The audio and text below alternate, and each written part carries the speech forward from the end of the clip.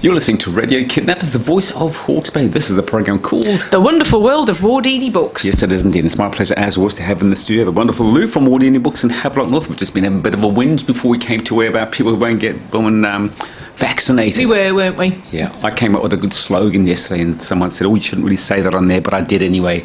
My slogan was, "Don't be a dick, get the prick." I think that's pretty cool. Yeah, absolutely. Well done, Ken. Yeah, I know. And anyway, we want to talk about some good stuff, and you've got some fabulous books, and the first one is called Kaewa The Korora. Kaewa The Korora. And this is about a little penguin. Yes. And it's by Rachel Hayden. And Rachel is the, I don't know what her title is, but she's like the director of the National Aquarium over in Napier. Right here. Yeah. Ooh. So she is perfectly placed to write about the little penguins. Yes. And it's illustrated by Pippa Keel and published by Massey University Press.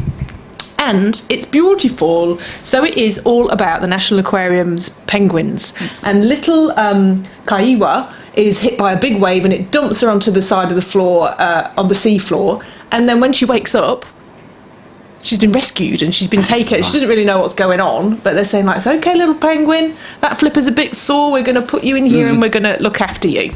And then what happens to Kaewa is that she meets all the other little penguins, and I don't know if you follow them on Facebook or anything, but they have like the naughty penguin who's been good and who's been bad on their Facebook page sometimes. They just have the penguin of the year, haven't they? Oh, they do that too. You have to vote for them, don't you? Yeah, that's right. And some of them are quite mischievous and some of them are greedy, and so she's trying to get used to her new environment, and she meets Captain, and he's a one-eyed old penguin. Pesky old seagull hurt my eye long ago. And so he's in the aquarium. And they explain what an aquarium is, and then they take her to meet everybody. And she gets tripped up by somebody, and then somebody tries to nick all the fish. And, you know, she's going through, it's like, what is going on here? But what I quite like about it is that when she finally meets the person that tripped her, the penguin that trips her, it's like, oh, sorry, it's because I'm not very steady on my flippers, because this is my injury. And that was Flip. I got tangled in an old fishing net, Flip said, and Martin got bitten by a seal. But it doesn't slow us down, does it, Martin? You know, and there's Bernie, Betty and Draco. Betty's a bit of a handful. So you meet all the penguins, and it's a very familiar environment, you know, if you've ever been around the aquarium. Yes. I haven't been to there's a new penguin enclosure. That's right, yes. Isn't there? Yes, I haven't been to it. Yeah, it's been there a couple of years when we say new. That's right, yeah. It's new to us. It's new to us. So I just think it's a beautifully illustrated book that is educational in that it tells you all the ways that marine animals can be injured, fishing nets, boat accidents, other animal attacks, and that there are places that help and get them released back into the wild. So that's actually what happens to Kaewa towards the end. Someone's coming to get them, and she's very gently put in the little box, and away she goes. And when she's all fixed up, she's released back into the wild. And then at the back, meet the real Korora crew, and there are all of them. There's one called Draco. I wonder if he's evil.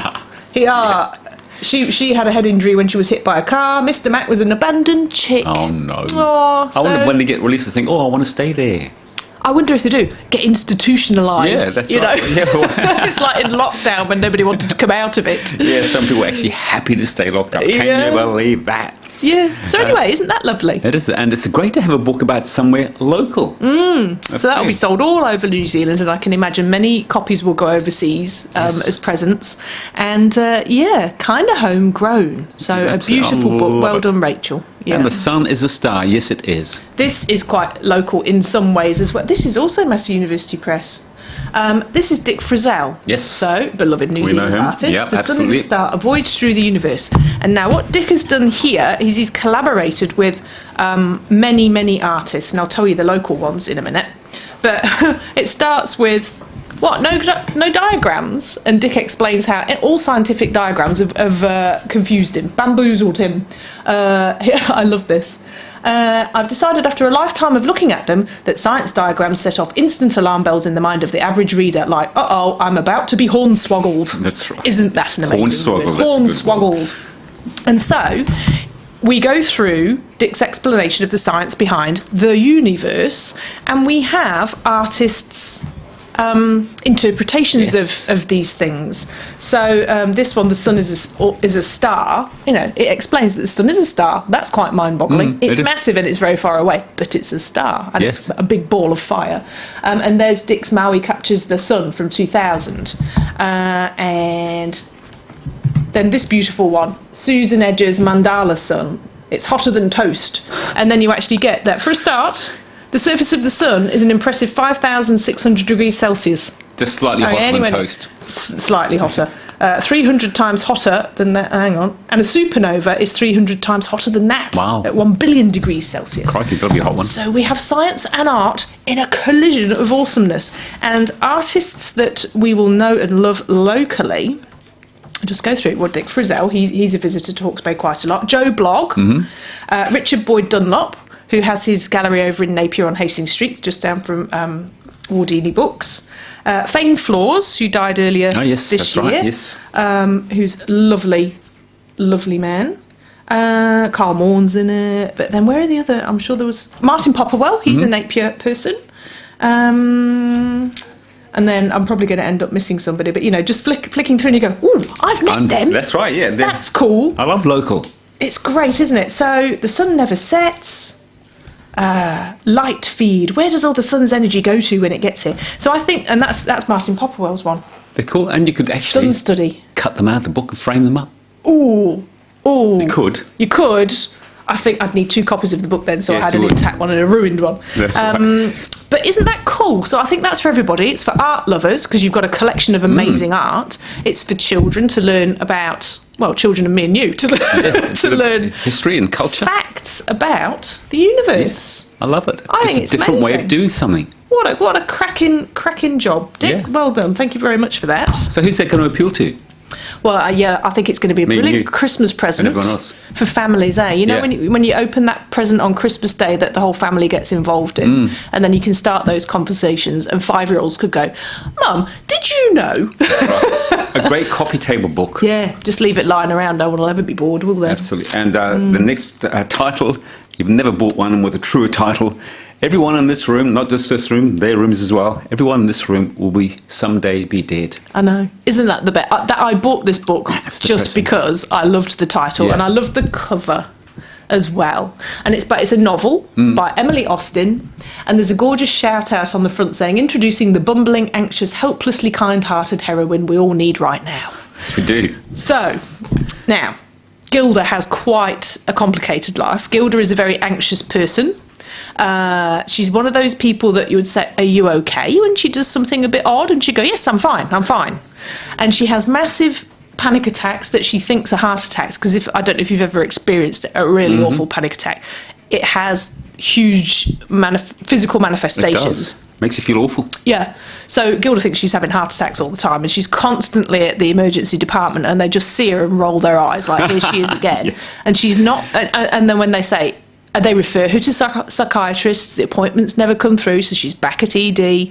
And then they say, are you okay? Do you want me to do this? And she goes, no, I'm fine. Because the family in which she grew up don't believe in mental distress. They just, oh no, we don't have nutters in this family. Yeah, It's that's that right. kind of Pull family. yourself together. Pull yourself together, which is really unhelpful, as we know. So she's got this bit of a death obsession, and she had a beautiful rabbit as a kid, and she found it dead one day. You know, there are lots of sort of musings on death. But what happens to Gilda is she sees an advertisement for a therapy group at a local Catholic church, and she thinks, oh no, are they just going to try and convert me? But she's so desperate, she turns up, she goes to the church, and the priest meets her outside and says, oh, so you've come for the job interview? And she goes, yes, because she needs a job. Yeah. She's just lost her job because she couldn't get out of bed and get to it. So she goes for this interview to be secretary at this Catholic church, and he asks her questions like, do you know how to use the internet? And she goes, yes. And he's like, brilliant, you've got the job. Right. And she's like, hang on a minute, what's just happened? I'm an atheist, I'm gay, and I've just got a job at the Catholic church. So you could just see the comedy of errors occurring. Now, she's such a sweetheart. She's an empath. She has just gets involved and worries about things constantly and worries about other people constantly. And that's what keeps her up at night as well. Yeah. So you've got this terrible mental distress, you've got her burgeoning relationship with her girlfriend, and you've got her lying, really, by omission. Yes, and to get the job. the woman who she's replaced at the church, turns out she was murdered. So Gilda tries to sort of find out things about that too, because she's so terribly worried about that.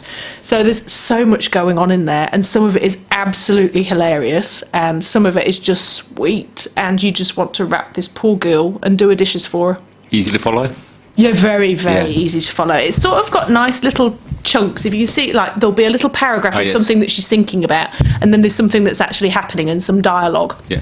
And so it's easy to just whiz through it, and it's lovely. Is that a book that's going to appeal to everyone? There are some people who cannot talk about death at all. Maybe they should read that book. Good on you. Now, if we want any of these fabulous books, where do we get them? Wardini Books, that would be marvellous, thank you. My pleasure, as always. You look after yourself. We'll talk at the same time, same place next week. Great stuff. Thanks, Ken.